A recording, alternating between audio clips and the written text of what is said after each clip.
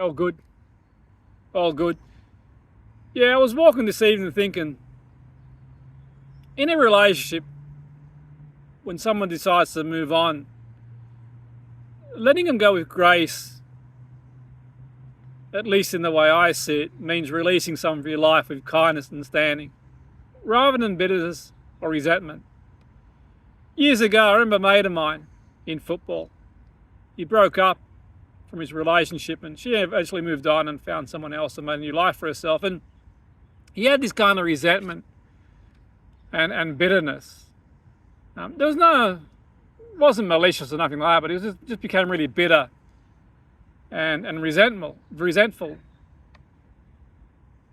And I was talking with him one time, and I said, sometimes you hold on, it causes you more pain.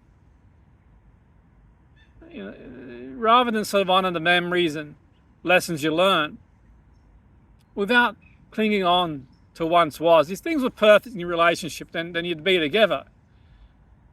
But obviously, something wasn't right, and it's kind of, look, I'm not here to give anyone advice or any suggestions. Everyone's in their own lane, so to speak, and each to their own. I'm just sharing my thoughts. I don't profess to be an expert in any such matters. Just share my thoughts.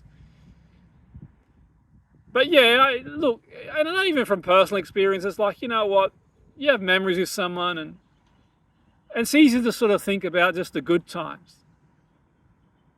And look, I'm not suggesting that in every relationship there isn't good and bad times, and each to their own.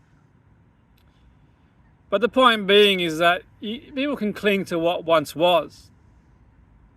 For me, gracefully releasing, it allows both people to grow, to find their own peace. You find your own peace, and at least in situations I've been in, anecdotally, once you let go, you just find your own peace, you find your own growth, you embrace the change. It's a natural part of life's journey.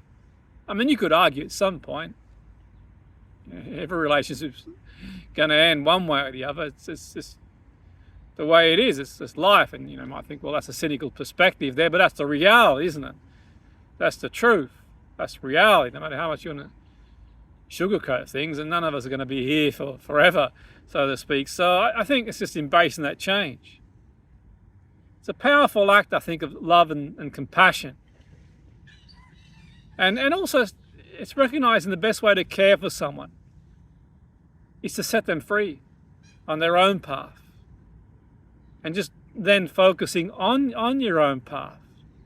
And yeah, look, the memories, for better, for worse, they'll be there, the lessons, so to speak. But the more, at least the way I see it, and I mentioned my mate in football years ago, the more you become resentful and project that bitterness and resentment, the more it affects you personally, the more you kind of build these barriers and walls going forward for whatever you want to do in life, so to speak. I think the important thing for me sort of is, at least the way I see it, is sort of, yeah,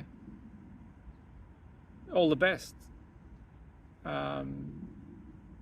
Rather than being sort of, bitter and resentful, and not taking it personal. The person makes a decision.